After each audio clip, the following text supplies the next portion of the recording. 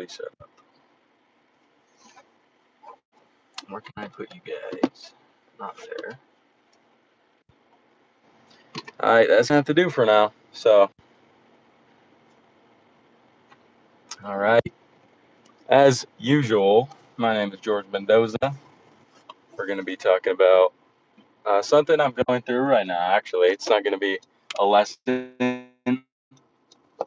but so what I'm struggling with right now, what I want to talk with you is something that I feel every guy struggles with, because we all have goals in life.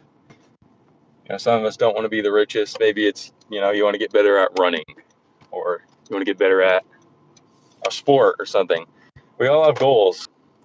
And what I'm struggling with right now is getting up early and staying consistent. So the reason that this is important to me is because I work a full-time job, but on the side, I'm also trying to grow my business, which requires a lot of time. So as you could probably tell, time is a limited factor for me.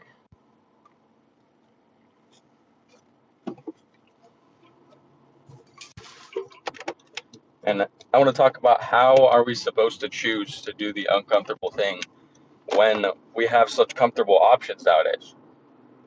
Like, I wake up in my bed, my life is not bad at all. I'm actually in an excellent place for a 20-year-old. And I'm sleepy in my big old bed next to my girlfriend. It's like, how would I choose to get up and do the hard thing when there's such a comfortable option, when I could just keep laying in that bed? Or for you, maybe it's, you need to get up early and go for a run because you need to lose some weight or something, right? The only thing that ever stops us from accomplishing our goals is not dedicating enough time to them. And that's because things come up. You probably heard a million people give you that excuse. Something came up. I don't have the time to do it. So, and I know that you guys have all experienced this as well. So how do we get past it? So this question got me thinking, right? This isn't the only time that I've ever wanted to accomplish a goal. And I've accomplished a lot of goals in my life, right? I haven't accomplished all my goals. But to be in the place that I am, it requires a lot of milestones. So it got me thinking back, what did I do last time when I needed to accomplish a goal and it was really tough? So the biggest and simplest example people give in the self-improvement niche is fitness and, muscle building, right? Bodybuilding, or just looking better. A lot of people use the fitness example because it's something that everybody knows about, right? Getting in shape is not rocket science. You just eat better and move more. You work out, don't eat like shit, right? Everybody knows that. So it's really easy to take the self-improvement principles from fitness and actually apply them to achieving your goals, whether it be in your career or in business or, in sports, whatever it may be, even academics. So here's what I did last time. The last time I wanted to accomplish one of my goals in fitness, I was really struggling to stay consistent. At the time, I didn't go to the gym, right? I did only body weight movements from home because at this time I was a kid. I was 15 or 16 years old, and I didn't have access to any sort of like actual weights.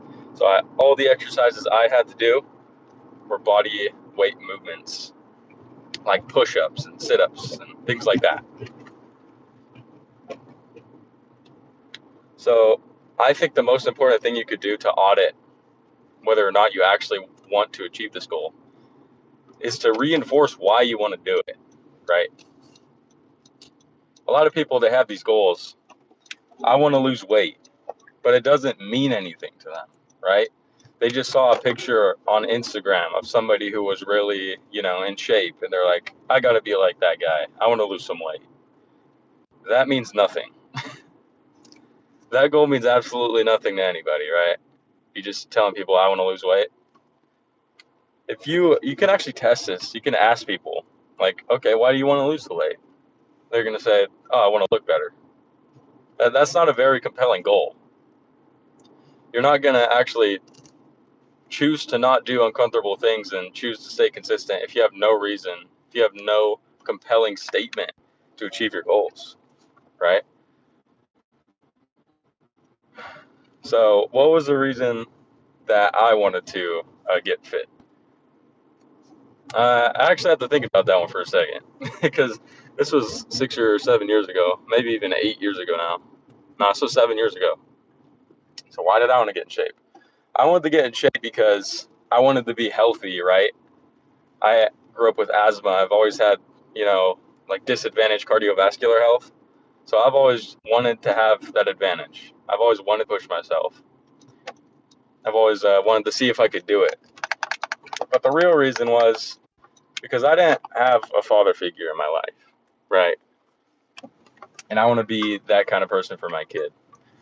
If you look around at these parents at the dog park or wherever they are with their kids nowadays, you'll see the parents are just out of shape.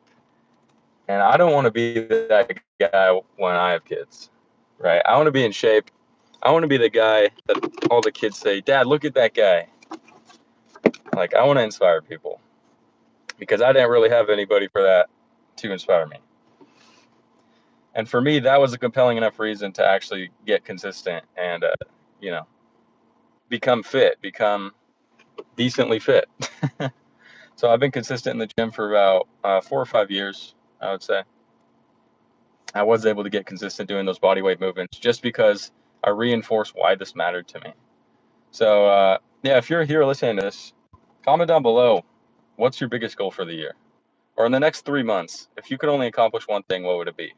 And why is it important to you?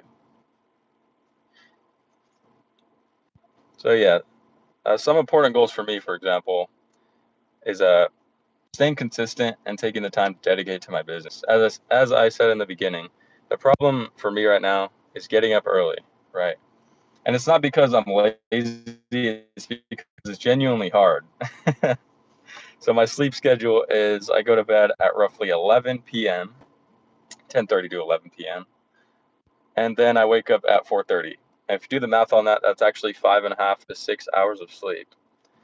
And honestly, I don't think I'm one of those people who need 7, 8 hours of sleep. I think 5 to 7 hours of sleep is always good for me.